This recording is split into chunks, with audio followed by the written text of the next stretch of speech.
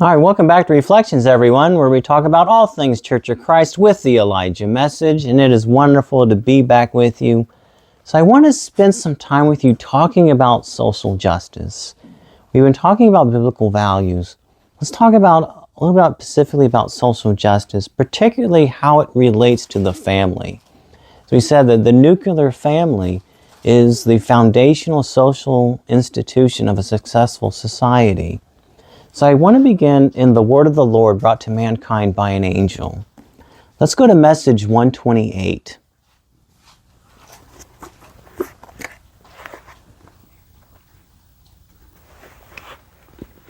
Picking up in verse 9.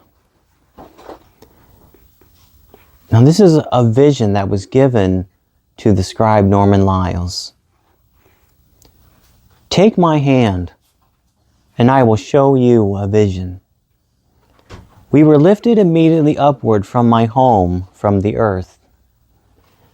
As we were lifted, I was aware of thousands of souls moving all around me toward the heavens. We traveled eastward away from the American nation. We paused briefly as the thousands continued toward heaven.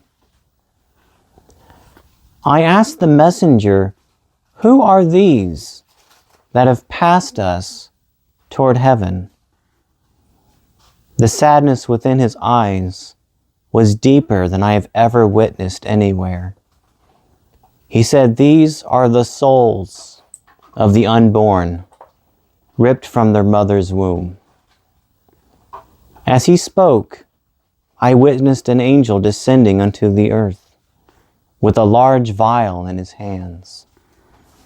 I heard audibly a voice saying, "Behold, the wrath of God coming upon the earth." There are over 1 million abortions performed in the United States every year. The Church of Christ with the Elijah Message is a pro-life church, and we profess biblical values. And a people who are pro-life, who profess biblical values, do not get to make value statements on human life. All human life has unconditional intrinsic value.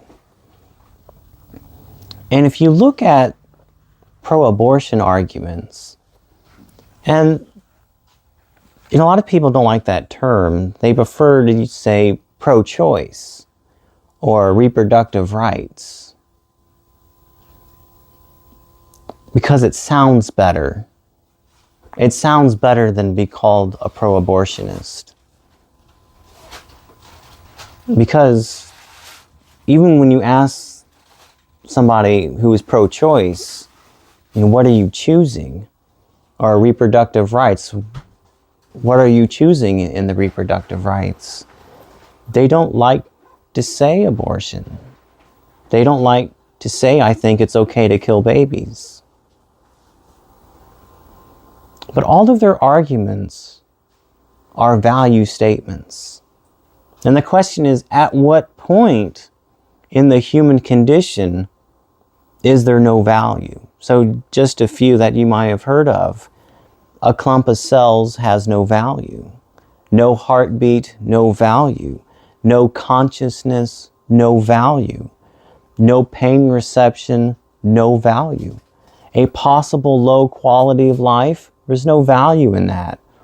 Certain parts of a woman's body on their own have no value. We see how around 60% of women who have had an abortion claim that they would not have had it if they felt like they had a support system. And around 50% of women who have had an abortion have been to church within 1 month of having it. Churches are failing women. Churches are failing families.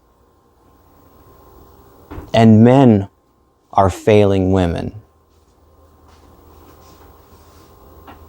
And maybe you've seen it. You've seen men, husbands or boyfriends, dropping their women off in front of the abortion clinic and coming back to get them. I'm going to drop you off at the door. Give me a text when you're done killing our baby. It's heartbreaking. When you talk about abortion, particularly to pro-abortionists, eventually you're going to get the two R's, either one of them or both. And the first one is rape. About 3 to 5% of abortions in the United States are for rape, incest, or the mother or their child's life is in danger. I'll give you the 5. So we have 95% of abortions in the United States are used as a method of birth control.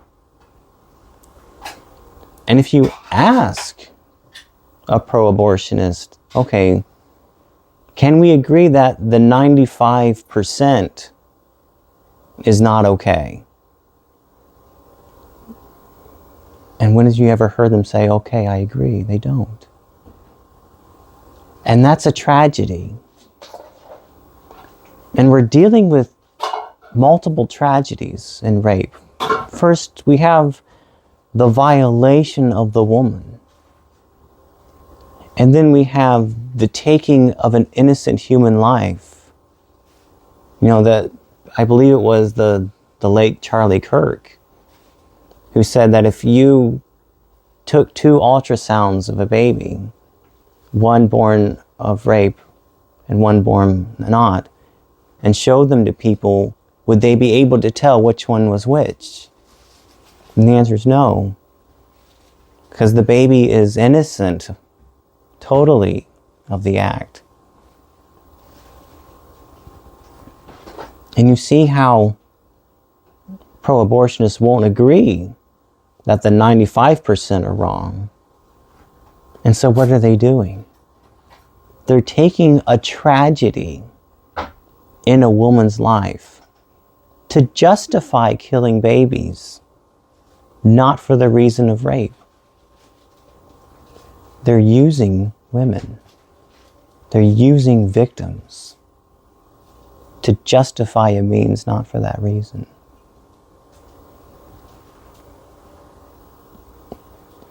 Around 50% of women who are raped don't have abortions. That's called being a hero. And instead of vilifying these women, we should celebrate their strength. Celebrate that beyond self for the life of another self.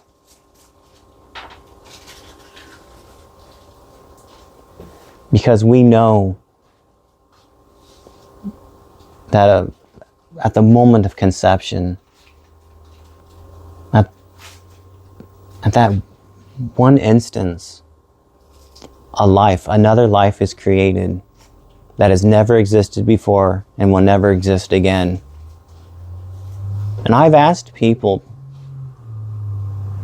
that if a baby is a part of the woman's body, how are paternity tests possible? How is it that you can test a baby's DNA to find out who the father is if it's just the woman's body? What part of that is the woman's body? And the answer is it isn't. Why? Because a baby isn't the woman's body. It is genetically unique unto itself. And God bless the women who go through tragedy and be able to get beyond it, to allow that baby inside of her to choose for himself or herself. The other R is religion. Don't force your religion on me, as often is said. But I think that's an interesting statement, though, because if it takes religion to see the unconditional intrinsic value in human life, then we could all use a little bit more religion. There are some resources that you can go if you're interested in more professional an understanding of these issues. You can go to the American Association of Pro-Life Obstetricianists and Gynecologists, and their website is www.aaplog.org. If you're interested in getting involved, you can get involved in Preborn, which provides ultrasounds for expecting mothers so they can see their babies. Because ultrasounds save lives. When you go to abortion clinic, most abortions now are chemical abortions. So if you go to an abortion facility and they give you something like mifepristone, and they tell you, when you start feeling the cramps, sit on the toilet, keep flushing, and don't look, because you don't want to see your dead baby in the toilet water. Ultrasounds save lives. And they also, you don't just, abortionists do this. Either you have an abortion or you're on your own. Pro-life people don't do that. You have your baby, and I will help you continue. And that's what Preborn does. They provide ultrasounds, and then they provide resources to mothers with formula, diapers, other needs like that. So that's www.preborn.com. If you're interested in statistics and other resources, you can go to the Charlotte Lozier Institute. That's LOZIER Institute.org. And on the pro-abortion side, but they do provide statistics. You can go to the Guttmacher Institute. That's www.guttmacher.org. And they collect data, and you can see it for yourself. I want to end in the word of the Lord brought to mankind by an angel, and another message 138.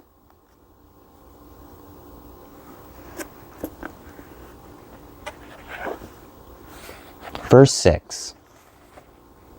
Behold those who seek to justify themselves in killing of the innocents while yet in the womb. See those who rob the widows to feed themselves and seek to glorify themselves with high positions. The Lord is coming in judgment with the sword of his mouth. And isn't that what pro-abortionists do? Isn't that what abortion clinics do? Sure, we'll take you if you kill your baby, but if you're going to keep your baby, we don't have nothing to do with you. You rob women. And they become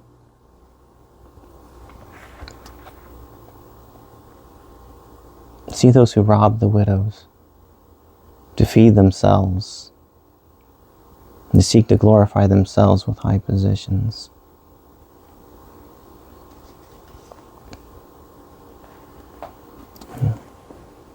Men need to stand up for their women, need to become fathers and husbands,